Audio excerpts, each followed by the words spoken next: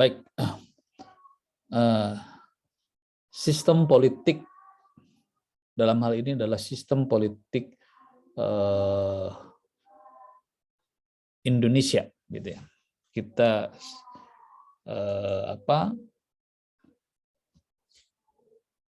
fokus ke dalam sistem politik Indonesia, gitu ya. Nah, ini sebenarnya materi untuk satu dan dua kali pertemuan, karena tadi problemnya tadi saya katakan Anda ini belum mendapatkan mata kuliah sistem politik, maka pengantar ilmu politik, maka pertemuan sebelumnya gitu ya, saya gunakan untuk memberikan Anda pemahaman tentang politik. Nah, sistem politik Indonesia terdiri dari 3 kata: sistem, politik, dan Indonesia, gitu ya. Mari kita urai satu-satu. Gitu ya. Apa itu sistem? Gitu ya. Istilah yang populer, gitu ya. Kita sendiri menggunakannya dalam kehidupan sehari-hari, gitu ya. Tapi belum tentu, gitu. Kalaupun kita gunakan dalam kehidupan sehari-hari, kita mengerti makna yang sesungguhnya itu apa. Sistem itu di dalam Webster New Collegiate Dictionary, gitu ya, terdiri dari kata sein dan histanai, Greek, gitu ya, yang berarti to place together, gitu ya, artinya menempatkan bersama, gitu ya. Nah, selanjutnya dijelaskan pula bahwa dalam sistem of complex of idea, principles, forming a coherent whole, it's the American system of government, menyatakan bahwa sistem itu artinya adalah suatu kumpulan pendapat-pendapat, prinsip-prinsip yang membentuk satu kesatuan yang berhubungan satu sama lain, gitu ya. Jadi coba digarisbawahi di sini, gitu ya, bahwa sistem itu secara etimologi, gitu, asal usul katanya itu berdasarkan kata-kata sein dan histanai, yang berarti adalah menempatkan bersama. Nah, di dalam pengertian sehari-hari, gitu ya, sistem itu adalah suatu kumpulan dari berbagai macam pendapat atau prinsip yang membentuk suatu kesatuan yang berhubungan satu sama lain. Nah, kalau kita ambil ilustrasi sedikit tentang sistem. Apa itu sistem? Wujudnya itu seperti apa? Nah, jadi kita sendiri, badan kita sendiri adalah merupakan suatu sistem, gitu ya. Apa artinya? Bahwa badan kita atau tubuh kita itu adalah suatu keseluruhan, totalitas dari ujung rambut sampai ke ujung kaki. Nah, sebagai suatu totalitas, maka tubuh kita ini terdiri dari bagian-bagian. Ada rambut, ada mata, ada telinga, dan lain sebagainya. Nah, masing-masing berhubungan satu sama lain. Gitu. Dan bekerja saling mempengaruhi, gitu ya. Tetapi menjadi sebuah kesatuan. Gitu ya. Nah, saya kira itu ilustrasi sederhananya tentang sistem. Jadi tubuh kita saja adalah sistem, gitu ya. Yang di dalamnya ada unsur-unsur, satu sama lain memiliki fungsi sendiri. Dan apabila salah satu fungsi itu terganggu, maka fungsi lain itu akan ikut terganggu, gitu ya. Ketika misalnya kita sakit tenggorokan misalnya, gitu. Maka kemudian itu mengganggu sistem yang lain, gitu ya. Kepala jadi pusing, terus jadi mager gitu ya, malas gerak gitu ya. Nah itulah contoh sederhana tentang sistem. Jadi sistem politik itu juga kalau kita mengambil ilustrasi yang semacam itu terdiri dari berbagai bagian-bagian, gitu ya. Yang satu sama lain memiliki fungsi dan berhubungan, dan apabila salah satu fungsi itu tidak berjalan, maka sistem itu secara keseluruhan juga akan terganggu, gitu ya, kerjanya. Nah, ada beberapa model dalam memahami sistem. Ini yang dikemukakan oleh David Apter, gitu ya.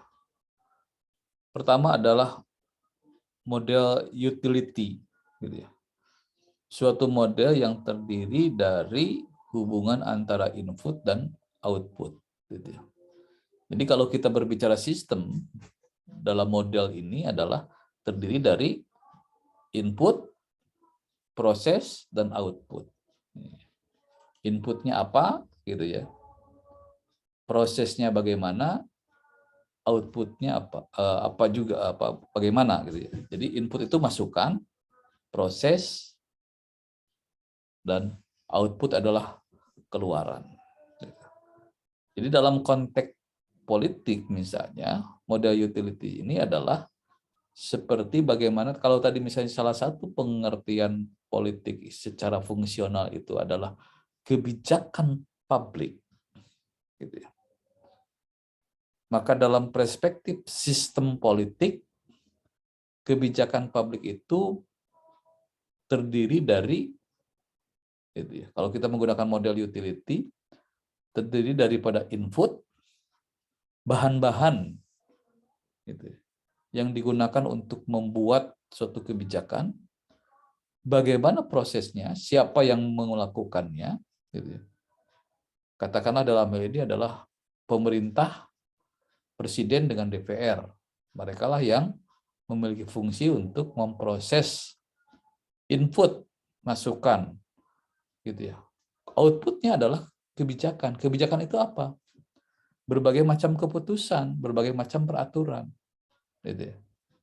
Nah, itulah kerangka model utility di dalam sistem politik yang menurut David Apter itu terdiri atau suatu model yang menggambarkan suatu hubungan antara input dengan output, ya, yang di tengahnya itu ada proses. Yang kedua adalah model psikologis. Ya, artinya model yang tidak jauh berbeda dengan model yang pertama, akan tetapi lebih membicarakan dorongan dan tanggapan, bukan sekedar input dan output saja.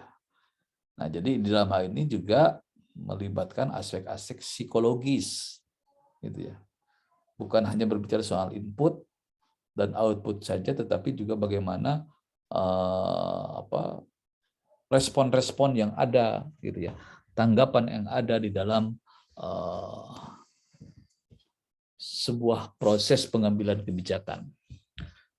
Ambil saja misalnya tadi sekarang yang aktual saja, kebijakan menaikkan harga BBM atau kelangkaan minyak goreng, gitu ya, yang sedang terjadi hari ini. Nah, itu adalah kebijakan, keputusan yang diambil oleh pejabat politik, dalam hal ini pemerintah. Nah, tentu saja kalau penjelasan yang ada, kenapa misalnya BBM itu naik, gitu ya? Kan inputnya itu karena adanya perang Rusia dan Ukraina, gitu ya. Di mana kita impor barang itu dari negara-negara di Eropa, gitu. Dan akibat ada gangguan itu maka nah itu kan input, gitu ya. Lalu pemerintah berpikir nih kalau begini terus nih gimana nih gitu. Pemerintah nggak bisa terus subsidi biaya untuk itu karena uang pemerintah bisa habis gitu ya. Maka kemudian keputusannya itu adalah dinaikkan, gitu ya. Maka naiklah harga BBM, harga minyak goreng dan harga-harga kebutuhan yang lainnya, gitu ya. Nah, lalu kemudian ini kan direspon, gitu ya, oleh masyarakat, mahasiswa demo, gitu ya, ibu-ibu berdemo di TV, di medsos misalnya lebih ramai lagi, begitu ya. Gitu. Nah inilah ya dalam memahami sistem politik itu ya dalam kerangka model psikologis tidak hanya berbicara oh itu karena perang Rusia gitu ya. Jalur distribusi terganggu, rantai pasok juga tidak mulus gitu ya. Maka kemudian di dalam ekonomi itu kan ada hukum permintaan dan penawaran. Jika gitu ya, supply berkurang, demand tetap, maka harga akan naik. Ya, Anda pasti mengenal teori-teori ekonomi kayak begitu ya. Di SMA saja sudah dipelajari gitu. Nah, dalam perspektif psikologis, ya bukan hanya berbicara itu, tapi juga bagaimana respon masyarakat. Ibu-ibu yang minyak goreng misalnya gitu ya. Walaupun ada imbauan, udah jangan pakai minyak goreng, direbus aja gitu ya. Emang pakai bala-bala direbus gitu, bikin bala-bala direbus gitu kan. Ramai juga kan ini polemik itu gitu ya. Nah, di dalam sistem politik itu semua harus di apa ya? Diopeni itu apa ya istilahnya diperhatikan gitu ya. Ya, artinya karena tadi itu kita kan bicara sistem. Gitu ya. Ya, sistem itu di dalamnya ada gitu ya. Dalam sistem politik kan ada warga negara, ada pemerintah dan lain sebagainya. Nanti kita berbicara hal itu.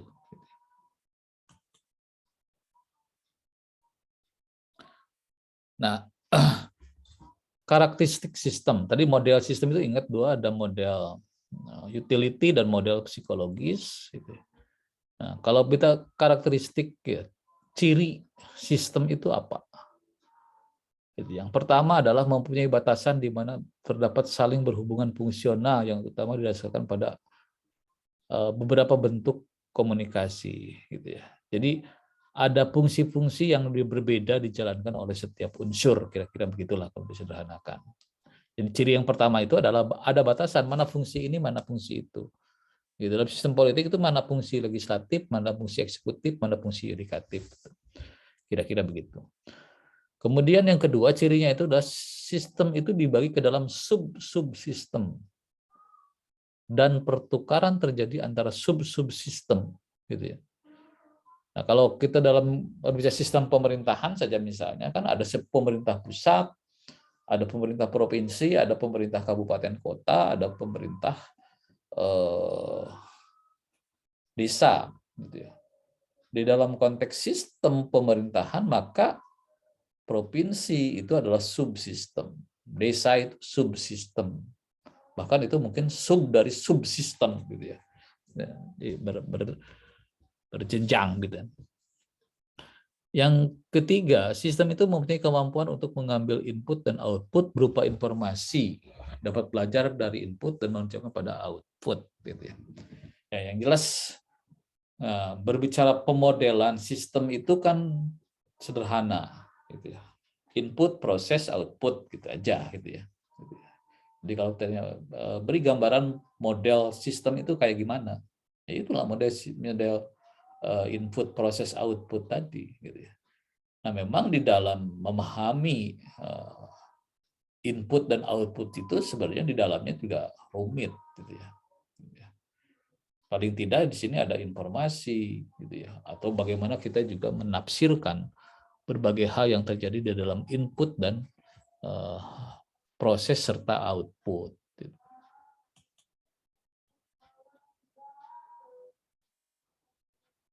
Nah ini salah satu dosen saya dulu gitu ya, Pak Rusadi Kantar Prawira itu membuat pendefinisian sistem itu adalah sebagai suatu cara, tata rencana, dan skema, prosedur, dan metode. Sistem adalah satu cara yang mekanismenya berpatron, berpola, dan konsisten, bahkan mekanismenya sering bersifat otomatis. Gitu ya. Itu sistem menurut Pak Rusadi.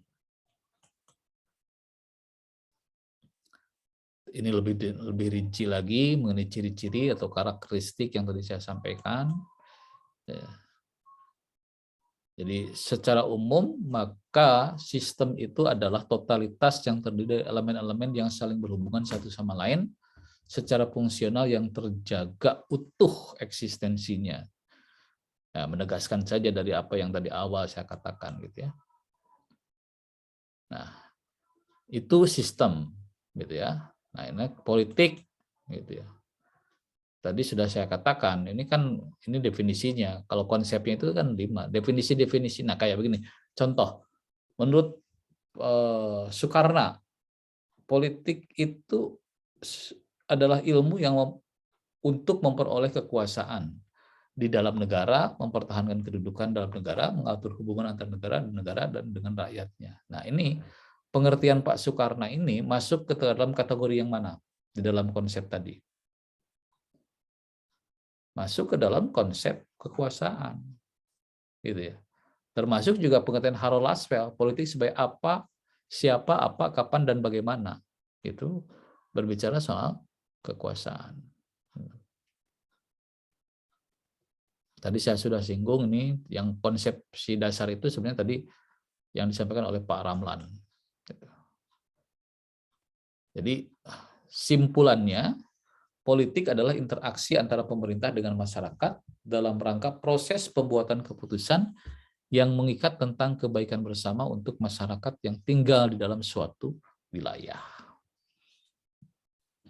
Ini pengertian katakanlah sebagai simpulan dari berbagai macam pengertian, definisi, dan konsep tentang politik dan ilmu politik. Nah, lalu gitu ya.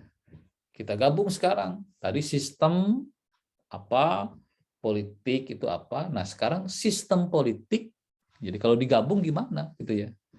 Pemahamannya gimana? Jadi gimana? Gitu ya.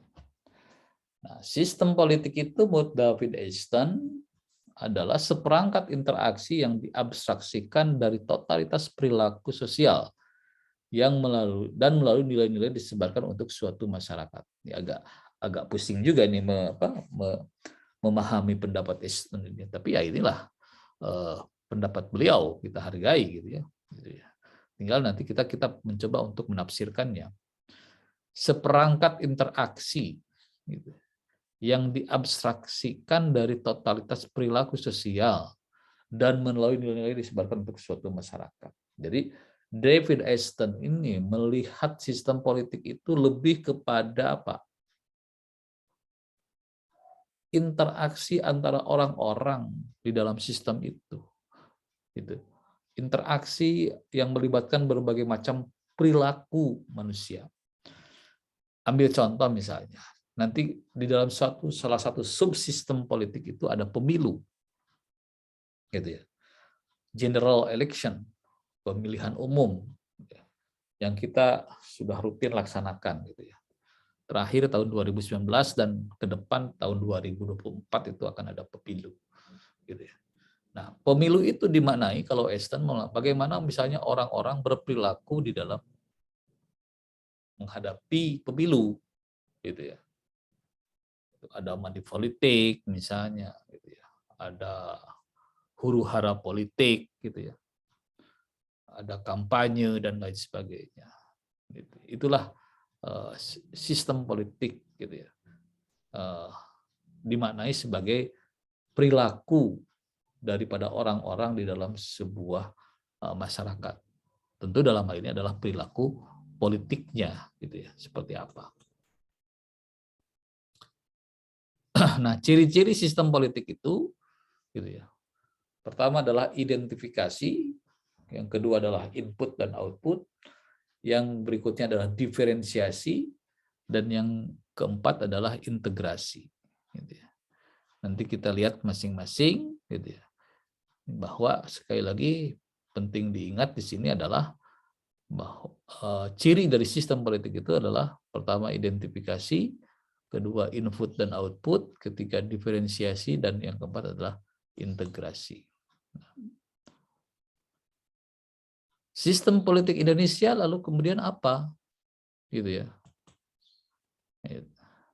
Nah, sistem politik Indonesia itu adalah menunjuk pada sistem politik yang berlaku di Indonesia dan menunjuk kepada sistem politik tertentu. Menunjuk kepada sistem politik yang berlaku di Indonesia dari mulai keberadaannya. Jadi Indonesia itu sebagai sebuah sistem politik. Karena ada yang mengatakan juga bahwa sistem politik itu adalah negara. Idem dito lah gitu ya. Sama dengan negara. Jadi kalau kita berbicara sistem politik Indonesia, itu adalah berbicara tentang negara Indonesia. Negara Indonesia tadi kalau kita melihat sistem itu adalah terdiri dari sub-sub bagian. Gitu ya. Sub-subnya itu apa? Terdiri dari pulau-pulau, terdiri dari provinsi-provinsi, terdiri dari partai politiknya yang begitu banyak. Secara fungsional ada eksekutif, legislatif, yudikatif. Badan pemerintahannya ada presiden, ada DPR, ada DPD, ada MK, MA, dan lain sebagainya. Nah, itulah sub-subsistem. Jadi memang sangat kompleks gitu ya. Sistem politik itu kompleks. Sistem politik Indonesia itu sangat rumit gitu ya. Sub-subsistemnya begitu sangat banyak gitu ya. Bahkan kalau kita berbicara pemerintahan kan sampai ke tingkat desa. Nah, saya kira saudara sekalian, itulah pengertian sejak dari sistem politik dan sistem politik Indonesia, gitu ya.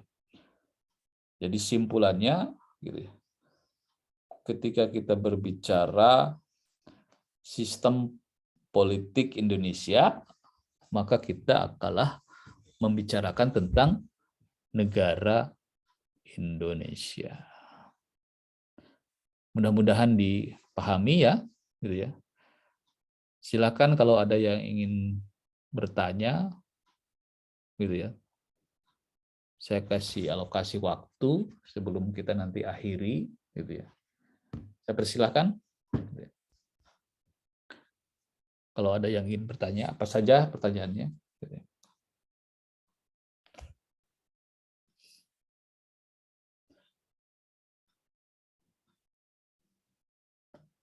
Berarti dari 21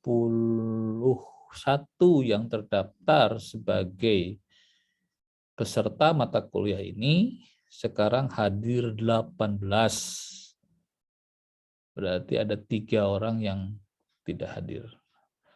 Nanti saya akan lihat nanti dari rekaman ini. Termasuk juga yang mohon maaf yang tidak membuka video sejak awal, saya tidak akan absen saudara sebagai bentuk kehadiran. Karena masih banyak kayak Rismayanti Nurwulan, gitu ya. Itu belum Anda buka videonya.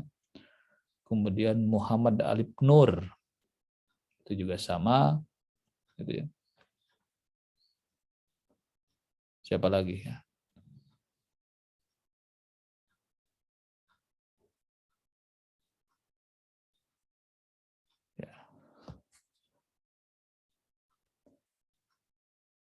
Baik, ada yang bertanya? Atau saya yang bertanya?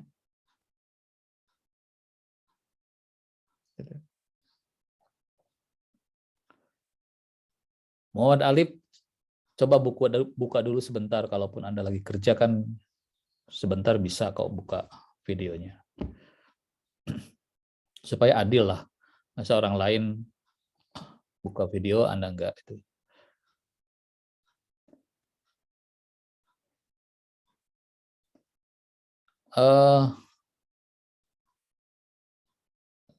Saya ngasih pertanyaan saja satu. Itu. Nanti silakan saya tunjuk nanti dijawab oleh siapa. Gitu. Kira-kira apa yang membedakan dari Indonesia, sistem politik Indonesia dengan sistem politik negara lain? Ini bisa dilihat dari apa aja perbedaan suatu sistem politik itu. Katakanlah misalnya Indonesia dengan mana ya? Dengan mana saja, silakan. Dengan Amerika misalnya. Silakan, siapa yang mau jawab?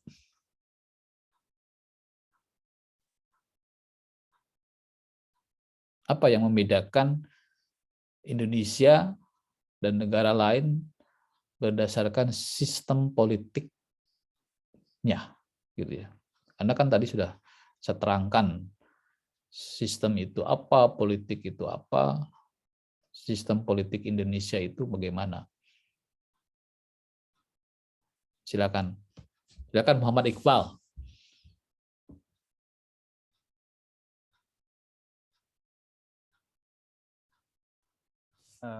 Ya Pak. Ya.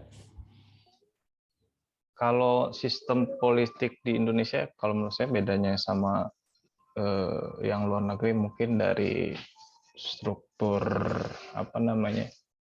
struktur demokrasinya dulu gitu ya Pak. Struktur struktur yang dipilih oleh Indonesia itu ya itu kan demokrasi gitu Pak ya.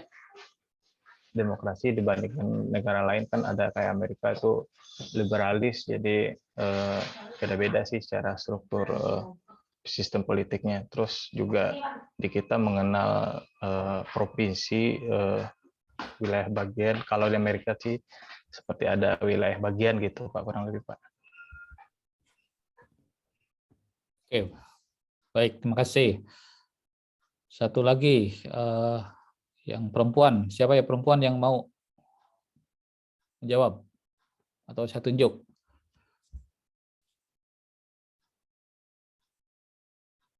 Saya tunjuk aja ya. Gina, silakan Gina Agnitia. Iya Pak. Mungkin kalau misalkan sistem politik di Indonesia itu kan pemerintahannya dijalankan oleh presiden dan wakil presiden, dan politik bebas aktif. Mungkin kalau misalkan di luar negeri itu menganut sistem politik yang konstitusional, lebih kayak seperti itu Pak. Oke, ini sampling saja ya dari dua pendapat teman Anda tadi. Saya cukup bergembira lah gitu ya, karena setidaknya Anda sudah mulai mengenal sistem politik itu, walaupun masih taram-taram lah kira-kira begitu ya. Ya, nanti memang kita akan coba bedah dalam pertemuan selanjutnya gitu ya.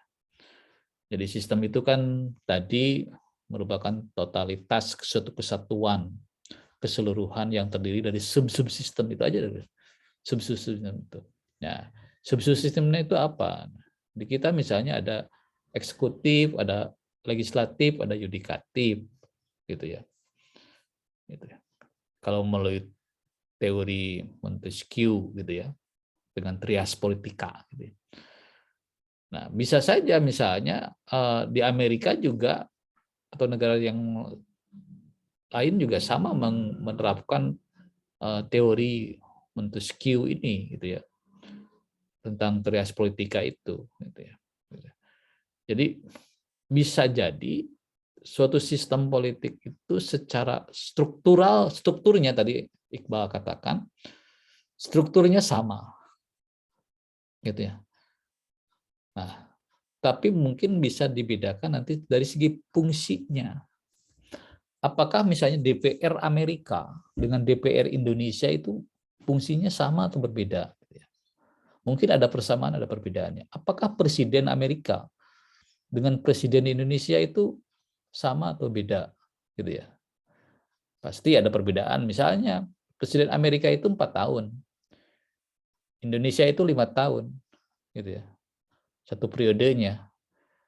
Di Amerika ya sama, tidak boleh lebih dua periode. Di kita juga sama, tapi sekarang muncul ingin 3 periode, gitu ya. Itu ya, kayak begitulah ya sistem itu. Nanti saya kira akan lebih mengerti ketika kita sudah tuntas sambil berjalan gitu ya. Tapi saya katakan appreciate kepada Anda, ternyata ya Anda sudah mengenal. Terakhir, saya silakan pelajari paling tidak materi-materi yang saya share itu disiarkan gitu ya. Itu dibaca gitu loh. Dibuka, dibaca, bukan hanya dibuka gitu ya, tapi dibaca gitu ya. Gitu ya. Kalau tidak salah saya juga menjadi channel YouTube gitu ya. Karena mungkin yang seperti yang kuliah hari ini gitu ya. Nanti Anda kan mungkin ya tadi agak kurang konsen misalnya karena sedang di perjalanan, ini seperti salsa ini lagi di jalan ya. Gitu ya. Gitu ya. Atau lagi di pekerjaan, nanti kan dibuka lagi gitu ya di channel YouTube-nya ya.